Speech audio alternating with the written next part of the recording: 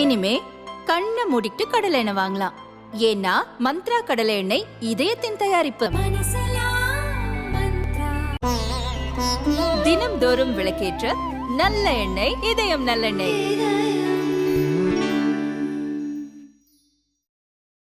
மழை வெள்ளத்தால் பாதிக்கப்பட்ட தென் மாவட்ட மக்களுக்கு அதிமுக சார்பில் மதுரையிலிருந்து நிவாரணப் பொருட்கள் அனுப்பி வைக்கப்பட்டது. இந்த ஆண்டு தமிழகத்தில் மிகப்பெரிய சோதனைகளை தமிழகம் சந்தித்து வருகிறது. குறிப்பாக திமுக அரசு இந்த வெள்ள காலங்களிலே, வடகிழக்கு பருவமழை காலங்களிலே சென்னையிலே ஏற்பட்ட மழைநீரை வெளியேற்ற முடியாமல் தத்தளித்து கொண்டிருக்கிறது.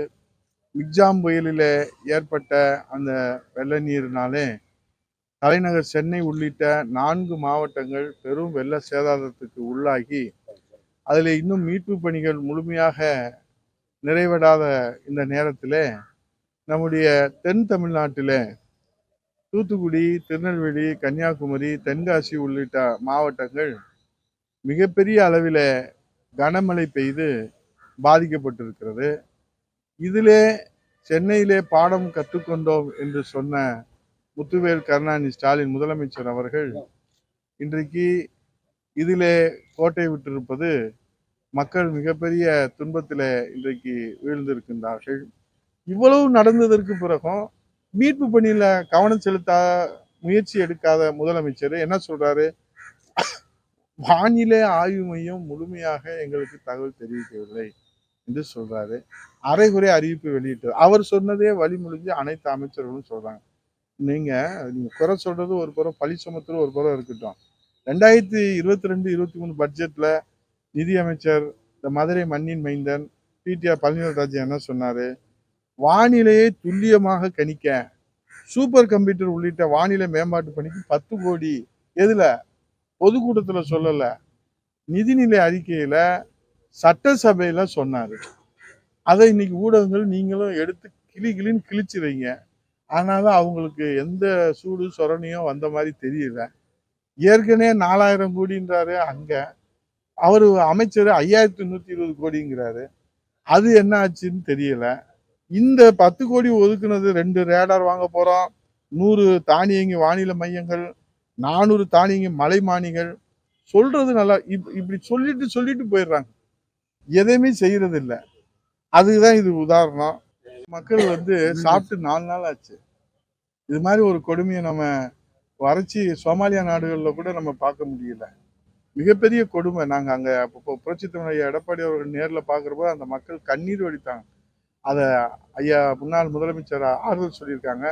அதுக்காக தான் உணவு கொடுக்கறது. இப்போ ஏற்கனவே சண்முகநாதன் முன்னாள் அமைச்சர், கடம்பூர் ராஜு முன்னாள் அமைச்சர், அங்கே தச்சை ராஜா, அங்கே இசைக்கி சுப்பையா, கன்னியாகுமரியில் அண்ணன் தலவாய் சுந்தரம் முன்னாள் அமைச்சர், அவங்க தலைமையெல்லாம் உணவு கொடுத்துட்டே இருக்கிறாங்க.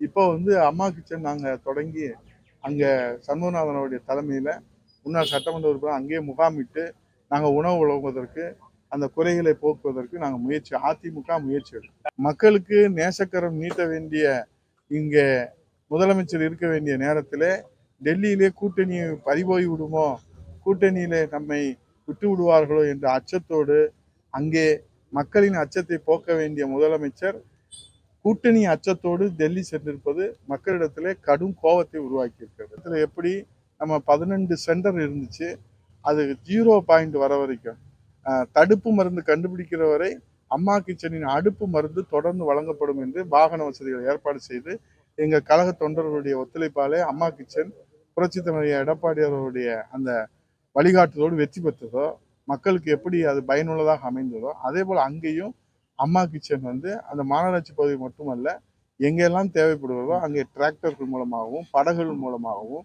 அங்கே கொண்டு போய் சேர்ப்பதற்கு நேற்று முழுவதும் இரவு முழுவதும் அந்த ஏற்பாடுகளையும் பார்த்து விட்டு இப்போ அங்கே அடுப்பு மருந்து பற்ற வச்சாச்சு, அங்கே தயாராகிடுச்சு. நாங்கள் போனோம்னா அங்கே கொடுக்கறதுக்கு தயாராக இருக்கோம். மக்கள் மீது அக்கறை இல்லை. அவங்களுக்கு இன்னும் சொல்ல போனால் அவங்களுக்கு மக்கள் பற்றி அந்த முழுமையான அக்கறை இல்லாத காரணத்தினால தான் அவங்க இந்த மீட்பு பணியில் தடுமாறுறாங்க. அவங்களுக்கு ஆர்வம் இருக்கிற மாதிரி காட்டுறாங்களே தவிர அதை முழுமையாக செயல் வடிவத்திலே அவங்களுக்கு முழுமையான திட்டமிடுதல், முதலமைச்சருடைய முழுமையான வழிகாட்டுதல் இருக்கிறதா இல்லையா என்பதெல்லாம் மிகப்பெரிய கேள்வியாக இருக்கிறது. அது களத்திலே பார்த்தால் 0. அவர்கள் காட்டுவதோ ஹீரோ. ஆகவே அங்கே எதுவும் எடுபடலை, எல்லாமே தோல்வி அடைஞ்சிருச்சு. அதனால அதிமுக தொண்டர்கள் அங்கே களத்தில் நின்று ஐயா எடப்பாடி அவர்களுடைய வாக்கை, அவருடைய உத்தரவை உயிர் வாக்காக எடுத்து அதை செயல்படுத்தி கொண்டிருக்காங்க. நன்றி, வணக்கம்.